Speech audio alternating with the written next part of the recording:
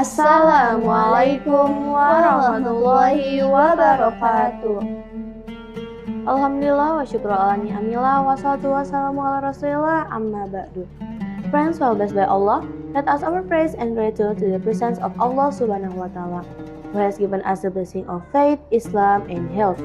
We offer our prayers and greetings to the Prophet Muhammad sallallahu alaihi wasallam, the best role model for all mankind. Faithful friends well blessed by Allah, today I was accompanied by two of my friends, Zifara and Jenna. Assalamualaikum Zifara, how are you today? I'm well, thanks to Saya Sena. Today we are in the month of Ramadan, month of Rahmah and Maghfirah. It is a month where people should come to seek Allah's forgiveness and take advantage of this short time to do many good deeds. But we saw on our way here that there are still many people wasting their time playing games that have no benefit for them. What is Ustaz Sena's advice to us so that we don't become losers in our lifetime and in our old age? Okay, the Prophet ﷺ once said from Ibnu Abbas, do 5 things before coming 5 things. Igtanim homsan qabla homsin, syababaka qabla haramika, wasyatika qabla syakamika, waginanaka qabla faqarika, wafaragaka qabla syaglika, wahayataka qabla mautik. Take advantage of 5 things before 5 things. First, your youth before your old age comes. Second, your health before sickness comes. Third, your wealth before poverty comes. Fourth, your free time before busy times comes. Fifth, your life before death comes. Narrated by Al-Hakim. What does that mean, Ustazah? First, your youth before your old age comes, meaning perform acts of obedience when you are strong enough to do good deeds before old age comes.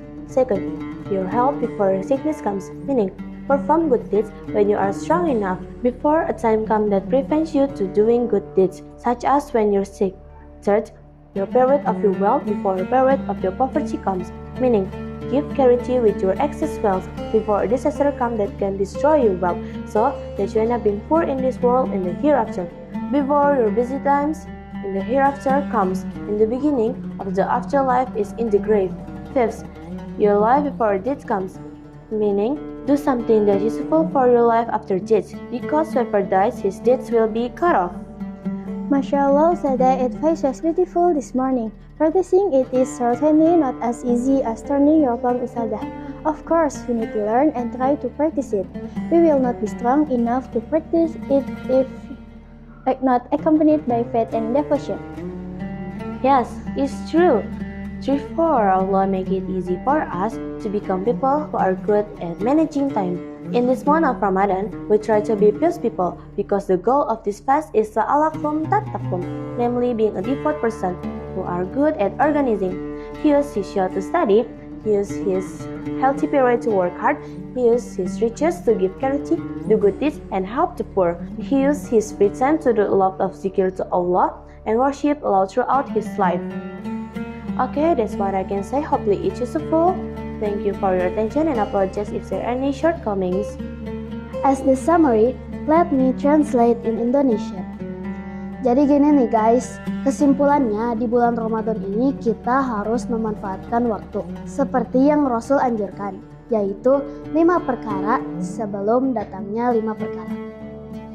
Yaitu iltanim khamsan qabla khamsin, syababaka qabla haramika, wasyihatika qabla syakomika, waghinanaka qabla faqarika, wa faqarika farogoka qabla syughlika, wahayataka qabla mautika. Manfaatkanlah 5 perkara sebelum datangnya 5 perkara. Masa mudamu sebelum masa tuamu, masa sehatmu sebelum masa sakitmu, masa kayamu sebelum masa miskinmu, waktu luangmu sebelum masa sibukmu, dan masa hidupmu sebelum masa kematianmu. Hadis riwayat Abi Ad-Dunya Al-Hakim. Jadi, yuk kita berlomba-lomba dalam kebaikan, fastabiqul khairat. Hadanallahu wa iyyakum. Akhirul kalam. Wassalamualaikum warahmatullahi wabarakatuh.